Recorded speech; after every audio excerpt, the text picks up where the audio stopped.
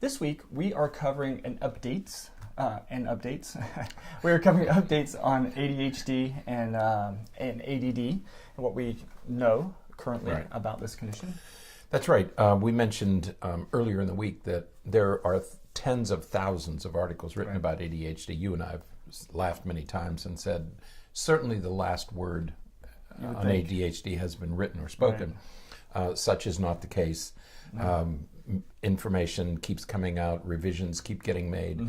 And so we thought, well, let's pause a moment and see what is new in the field of ADHD. And to our ongoing amazement, we found plenty of things. And one of the things we found was an article on hyperfocus. Okay.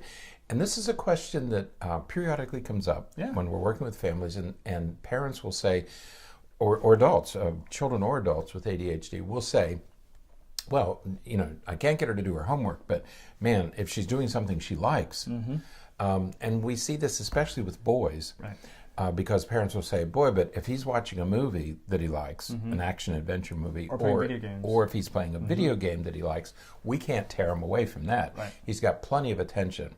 Now, the problem is that many parents interpret that as, and many teachers and parents will interpret that as saying, well, he has the ability to focus, he's just choosing not to, okay? And that's a recurring question. And this article addresses that question. And the authors state this has been an ongoing issue, an ongoing debate. And so this is one of the first studies to actually take a closer look at this. Okay? Interestingly, it's in our neighborhood. It's right here at the University of Florida. We say right here. It's a few hours away from us. At the University of Florida and University of Michigan. They worked in a collaboration, and they assessed 623 adults with ADHD and looked at their reported abilities. They just did a questionnaire. The reported ability to focus and concentrate on various tasks. Now, I haven't read the original study yet. I'm going to for two reasons. I think when they talk about adults, I think they're talking about college students. Okay, and so I'm interested in that population because they're between older adults and teenagers. Okay, so I think it's a population that speaks to both groups. They're more like adults in many ways, but their brains still haven't completely developed, so they're more like teenagers. So that's one issue. The other issue is there are instruments that they've used in this study that we want to take a look at for practice purposes. But it's really an important question, and the authors state up front, we just don't know very much about this issue. Everybody acknowledges that it's an issue, but there's very little information. And the way that we typically explain it when we're talking with parents or teachers of children with ADHD, and they bring this up. They say, he can sit there and play for hours on a video game or watch a movie or whatever. The way that we talk about it is in regards to stimulation. The kids with ADHD benefit from stimulant medications because it stimulates regions of their brain that help them focus and concentrate and attend. When a person is engaging in something that they find highly engaging, highly arousing, highly interesting, their brain is similarly stimulated. And so they are able to concentrate and focus there because there is a whole lot of stuff going on.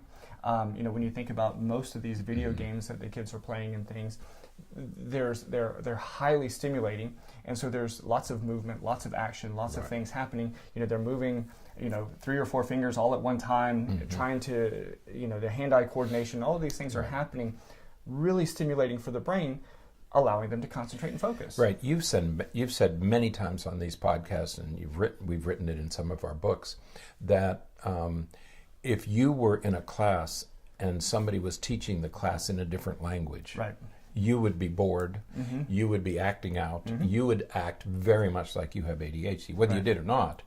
You would act as though, anybody would act as though. And what we have to remember is that these kids can't focus and concentrate, okay? And so if it's a quiet activity, such as silent reading, or doing a sheet of math problems, that's extraordinarily difficult because these kids have to move. We learned a few years ago in an update that children with ADHD have to move in order to learn. Okay, they want to move around the room. Video games give them that option. Number one, they give them that movement option. Their hands are moving, they're swaying back and forth, they're moving around the room, they're jumping up and down, they're yelling and screaming, exactly what kids with ADHD have to do. Second, those games are built to be engaging. They're built to be interesting and fun and engaging, and they keep you coming after more, which is exactly what kids with ADHD need.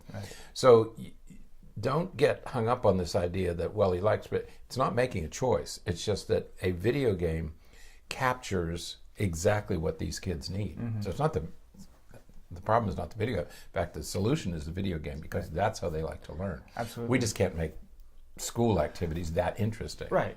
And we see this, well, we do see this in school at times, because, you know, we once believed that ADHD went away during adolescence. And part of that was because when kids got to high school and were able to choose their own courses, and they were able to, you know, have electives that they found really engaging and interactive and stimulating, all of those symptoms begin to fade because now they're engaged in something that's really interesting. So, so this whole idea of hyperfocus, I've always found very interesting, because once we know what is really stimulating to kids with ADHD, we can use that to apply other strategies. And so, you know, I think back to video. Okay, so we're talking about video games. You know, there were video games created as far back as the 80s that include academic skills. You know, there were various games where you had to solve math problems to be able to get your character to move on to the next thing, or you had to read to you know, to solve puzzles and things like that. And it's all with the idea of keeping kids stimulated and engaged in these active games, while still applying some academic principles. And you and I both believe that video games are going to become a solution for ADHD. They're not going to be part of the problem anymore. They're going to become part of the solution, because we can use video game technology to teach many of the skills that these kids struggle with. So we want to be cautious, because we believe that video games are going to be a solution. Okay. There's one other key point that these authors make, and I'm so appreciative that they have.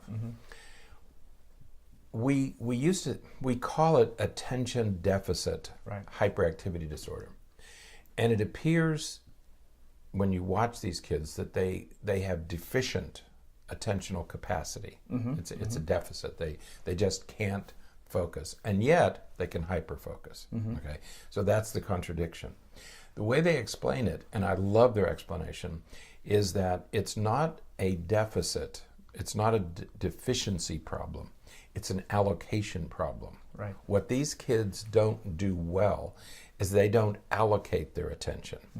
And when they want to, they can. Okay, if it's something that's really engaging and they can move around and they can keep the juices flowing, they can allocate a normal amount of attention to that activity. If it's not engaging, they don't allocate. It's not that they can't attend, it's that they don't allocate attention to boring activity, what they consider boring activities, or activities that don't captivate them.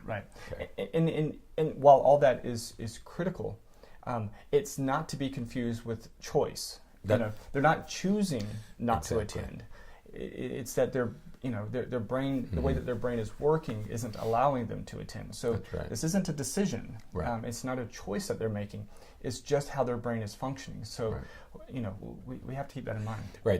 Because if you think about it as a choice, that it's not a choice. The deficit is they have a brain that's deceiving them. Yeah. If you see it as a choice, then you're going to punish, and you're going to reprimand, and you're going to assume that they're doing these things intentionally, and that's just not the case.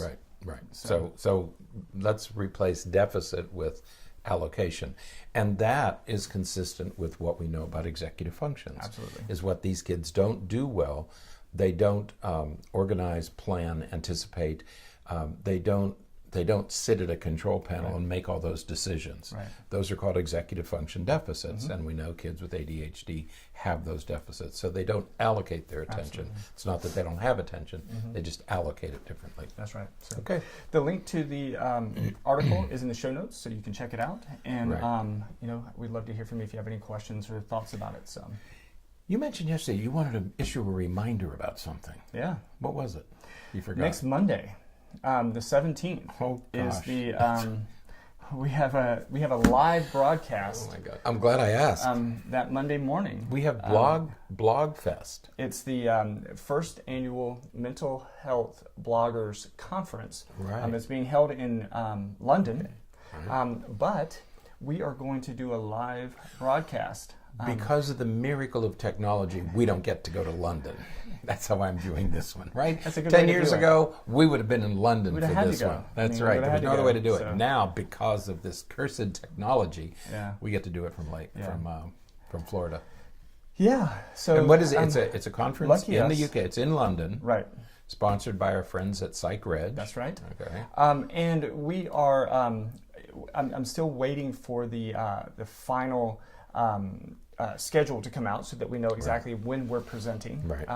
But stay tuned. We will be making that announcement at some point As we this go week, along. Okay. and so you can join us live Right. for that broadcast. Yeah, this is really pushing for me. It's really pushing. This would be a high-tech immersion for me, right? Yeah. Aren't you proud of me? Well. No. Okay. Yeah. Yeah. No, this is techie stuff for me. I feel like I'm going to be in the Starship Enterprise. Oh my gosh. Before he has delusions of grandeur, stay happy, stay healthy, and forget to be afraid.